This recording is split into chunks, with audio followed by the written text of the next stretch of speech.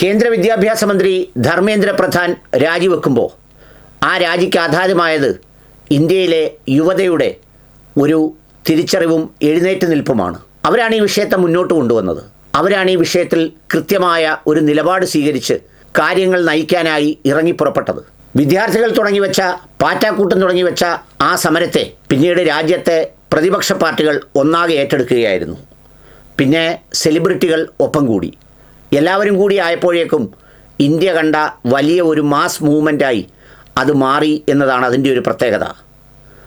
ആ യാത്രയ്ക്കിടയിലാണ് വളരെ പെട്ടെന്ന് തന്നെ രാജ്യത്തെ പ്രധാന പ്രതിപക്ഷമായ ഇന്ത്യ മുന്നണിയുടെ രാഹുൽ ഗാന്ധി നടത്തിയ മറ്റു ചില നീക്കങ്ങൾ. ഇതെല്ലാം കൂടി ആയപ്പോഴേക്കും ഒടുവിൽ ഗത്യന്തരമില്ലാതെ രാജി. ആ രാജിയെക്കുറിച്ച് കെ.സി. വേണുഗോപാലിൻ്റെ പ്രതികരണം അല്പം മുമ്പ് പുറത്തു വന്നിട്ടുണ്ട്.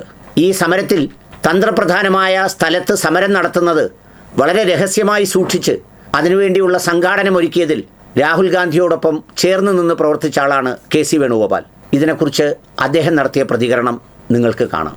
ജനാധിപത്യ ഇന്ത്യ കണ്ട അത്യപൂർവമായിട്ടുള്ള പോരാട്ടങ്ങളിലൊന്നായിരുന്നു ഇന്ത്യൻ യുവതയും വിദ്യാർത്ഥിയും ചേർന്ന് നടത്തിയിട്ടുള്ള ഈ പോരാട്ടം.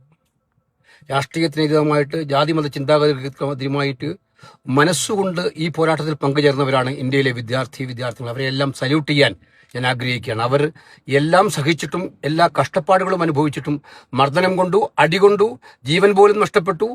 ആ സമയത്തും പോരാട്ട വീര്യം നഷ്ടപ്പെടാതെ ഒരു വലിയ കൂസിനു വേണ്ടിയുള്ള പോരാട്ടമായിരുന്നു ഇന്ത്യൻ വിദ്യാർത്ഥികൾ നടത്തിയത്. CBSE നീറ്റ് പരീക്ഷകൾ അത് ചോർന്നുകൊണ്ടേയിരിക്കുന്നു. ഉത്തരവാദപ്പെട്ട ഗവൺമെന്റുകൾ നോക്കുകുത്തിയായി നിൽക്കുന്നു, അതിന് കൂട്ടുനിൽക്കുന്നു. അത് ഏറ്റവും കൂടുതൽ നേതൃത്വം കൊടുക്കുന്ന മന്ത്രിയാണെങ്കിൽ ഇതൊന്നും അറിയില്ല എന്ന വ്യാജേന അദ്ദേഹം മറ്റു കാര്യങ്ങളുമായി മുന്നോട്ട് പോകുന്നു. ഇതിനെതിരായിട്ടാണ് ഒരു സ്വാഭാവികമായ രോഷം ഇന്ത്യൻ വിദ്യാർത്ഥികളിൽ ഉയർച്ചു വന്നത്. ആ രോഷത്തോടൊപ്പമാണ് ഇന്ത്യയിലെ പ്രതിപക്ഷം നിന്നത്, കോൺഗ്രസ് പാർട്ടി നിന്നത്, ഇന്ത്യയിലെ പ്രതിപക്ഷ നേതാവ് ശ്രീ രാഹുൽ ഗാന്ധിയും മല്ലികാർജ്ജുന ഖാർഗെയും ഒക്കെ നിന്നത്, ഇന്ത്യയിലെ മുഴുവൻ പ്രതിപക്ഷ പാർട്ടികളും നിന്നത്. കഴിഞ്ഞ 5 ദിവസക്കാലം ലോക്സഭയിൽ ഞങ്ങൾ ഉജ്ജ്വലമായ പോരാട്ടം നടത്തുകയായിരുന്നു.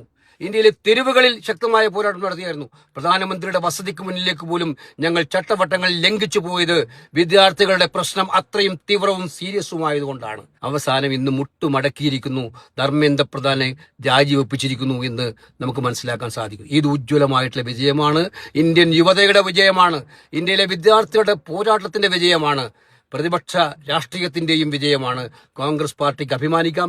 ഞങ്ങളുടെ നേതാവ് രാഹുൽ ഗാന്ധി നടത്തിയിരിക്കുന്ന ഉജ്ജ്വലമായ പോരാട്ടം, കം വാട്ട് മേ, സ്വന്തം ജീവിതം പോയാലും വിദ്യാർത്ഥികളോടൊപ്പം നിൽക്കുമെന്നുള്ള ആ പോരാട്ടം, അതിന്റെ കൂടി വിജയമാണ്. നിശ്ചയദാർഢ്യം കൊണ്ടാണ് ഈ വിജയം നേടിയെടുത്തിരിക്കുന്നത്.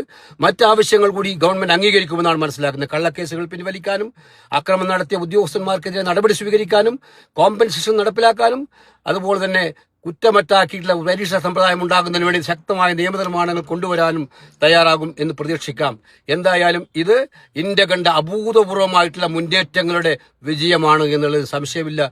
ഒരിക്കൽ കൂടി ഞാൻ എന്റെ പ്രിയപ്പെട്ട വിദ്യാർത്ഥിനി സഹോദരന്മാർക്ക് ഒരുപാട് പ്രയാസങ്ങൾ സഹിച്ചും ഈ മൂവ്മെന്റിനൊപ്പം നിന്നവർക്ക് എല്ലാവർക്കും അഭിവാദ്യങ്ങൾ. പ്രിയപ്പെട്ടവരെ, നിങ്ങൾക്ക് സല്യൂട്ട്. നമസ്കാരം.